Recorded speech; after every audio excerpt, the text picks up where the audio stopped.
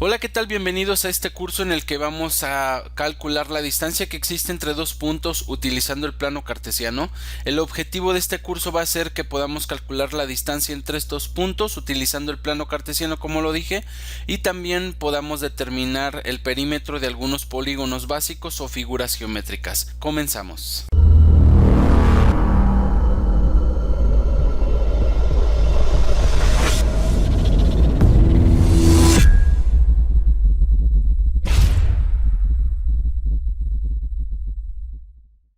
Bien, como te acabo de decir, vamos a realizar este curso de distancia entre dos puntos y lo vamos a partir en 4 pequeños videos para que no se hagan tan largos.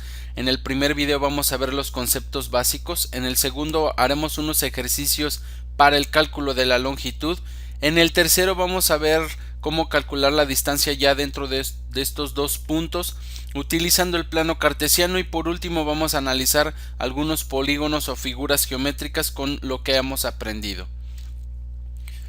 Bien, primeramente vamos a estudiar lo que son los segmentos. Muy seguramente a estas alturas nosotros ya sabemos lo que son las coordenadas, cómo trazarlas en el plano cartesiano, y también podemos decir que cuando estas coordenadas tienen un patrón y dependen, por ejemplo, una de la otra, van a dibujar lo que se llaman formas, o algunas que se llaman o que se determinan lugares geométricos. Entre estos puntos que te estoy comentando, obviamente hay cierta distancia. Y respecto a esta distancia, te puedo comentar también que en algún momento tú has trazado o has utilizado una regla.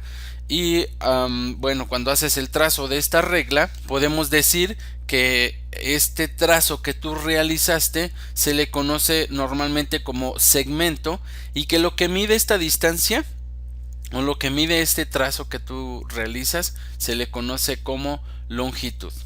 Bien, ahora veamos lo que es el segmento rectilíneo, y para poder definir el concepto de segmento rectilíneo primero debemos recordar o de tener en mente la idea de lo que es una recta o una línea recta, es decir, un conjunto de puntos consecutivos que se prolongan infinitamente hacia sus extremos, y por esto se coloca en cada extremo un par de flechitas que indican pues que son infinitas hacia un lado hacia el otro. Teniendo nosotros esta línea, si nosotros trazamos otra línea recta, más pequeña, con el mismo ángulo de inclinación, podemos observar que estas líneas coinciden en todos sus puntos, o coinciden en unos puntos de estas líneas, ¿sí? Pues bien, a este trozo de línea, o a esta pequeña parte de línea, nosotros la vamos a denominar segmento rectilíneo. Y ahora si consideramos a este segmento como segmento AB, que es el nombre que le daremos a los extremos de este ejemplo, así es como lo determinamos con las letras AB. Lo que mida este segmento, es decir, la longitud, se va a determinar por las letras AB, pero le vamos a tener que poner una pequeña sobrelínea en este segmento. Bien, pues para el cálculo de la longitud, vamos comenzando por trazar una línea horizontal, y vamos a usar solamente el eje X, que va a hacerlo mucho más sencillo nuestro cálculo por ahora. Como vemos, el punto O es el origen de la recta, y las coordenadas A es la x1, así lo vamos a poner, y la B va a ser la x2, ¿sí? Para no confundirlas. Para encontrar la longitud del segmento AB podemos decir entonces que el segmento del punto O hasta el punto A, es decir, esta parte de aquí, más lo que mida el segmento A al segmento B, es decir, esta parte de aquí, va a dar como resultado la suma de estos dos, es decir, el segmento OAB, o la distancia que hay del segmento O hasta el punto B. Bien, esto es solamente lógica, evalúenlo y vean que no estamos haciendo todavía nada extraño, solamente podemos decir que la distancia de O a A lo vamos a determinar como x1, y la de O a B la vamos a determinar como x2, ¿sí? Todavía no queda claro, yo entiendo, pero veamos que es mucho más sencillo de lo que parece. Con lo que acabamos de decir, podemos determinar entonces, si sustituimos, que del segmento O a A es x1 y de O a B es x2. Recordemos que lo que debemos o lo que queremos encontrar es la distancia que existe en el segmento AB. Para ello, vamos a despejar lo que es AB. ¿Y cómo lo vamos a hacer? Pues pasando todo lo de la x1, pasándola hacia el otro lado de la igualdad, bien, pero con el signo negativo. Esto ya nosotros ya lo debemos de tener dominado. Y así, de este modo, podemos establecer que la distancia que existe entre A y B va a ser lo que mide x2 menos lo que mida x1. Como las distancias no son o nunca van a ser negativas, vamos a utilizar el valor absoluto entre este resultado para que siempre me vaya a dar un valor positivo, ¿sí? Recordemos, el valor absoluto es igual al valor positivo o el número sin signo. Vamos a ver algunos ejemplos de manera rápida. Para encontrar la longitud del segmento AB, cuyos puntos son A, que es igual a 3, y B, que es igual a 7, la fórmula la recordamos. Vamos a poner el segmento AB es igual a x2 menos x1, como ya lo vimos. Lo sustituimos el valor de x2, que recordemos que es 7, y x1, que recordemos que es 3. 7 menos 3 es 4 y el valor absoluto de 4 es 4. Bien, esto está muy sencillo. En el ejemplo 2 vamos a ver otro ejemplo. En este caso manejamos ya un valor negativo, que es menos 4 del valor del punto C, y D, que es 5. Para describir la distancia que existe entre C y D, ponemos nuestra fórmula, sustituimos los valores. Notemos que en este caso en particular, el D, por ejemplo, el X es menos 4 y este es el signo de la ecuación. Bien, no lo perdamos de vista.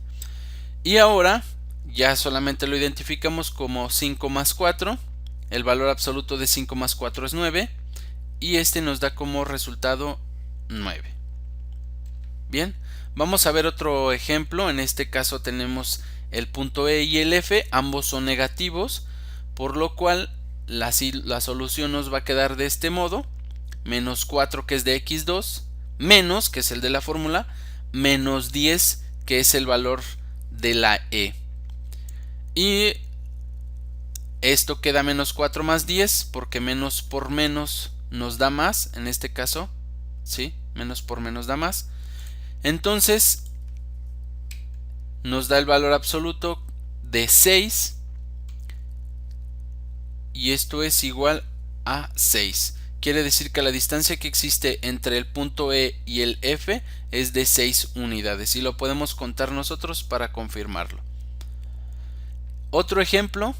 En este ejemplo tenemos el menos 4 y el 2 del punto N a M.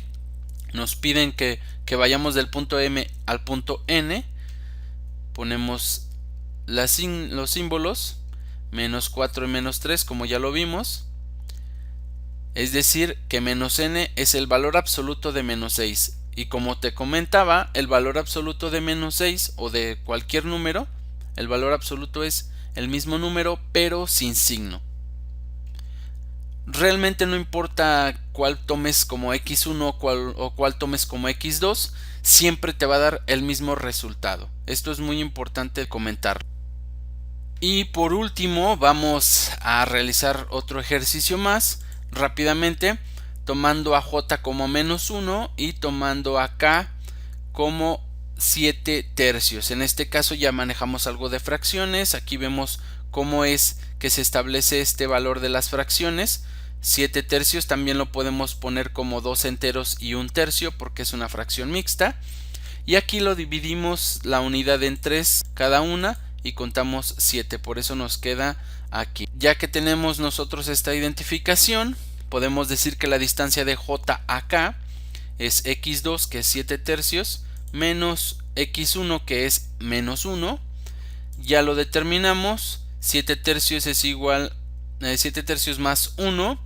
Lo que conviene aquí pues es convertir el 1 a una fracción equivalente que tenga abajo un 3, y esta sería muy sencilla, 3 entre 3, ¿sí? Es una manera de escribir el 1 también. Utilizando esta fracción equivalente, ya nada más sumamos los numeradores y nos queda 7 tercios. Si tenemos duda de cómo realizar las operaciones con las fracciones, les recomiendo, aquí viene un link, pueden revisarlo, viene un video donde podemos revisar algunas de estas operaciones muy sencillas. Y por último, pues tenemos aquí algunos ejercicios muy básicos, muy sencillitos, para poder llevarlos a cabo y que practiquen lo que hemos visto hoy. Hasta aquí dejamos el video. En la siguiente nosotros vamos a tratar de resolver algunos ejercicios. Nos vemos hasta la próxima. Muchas gracias.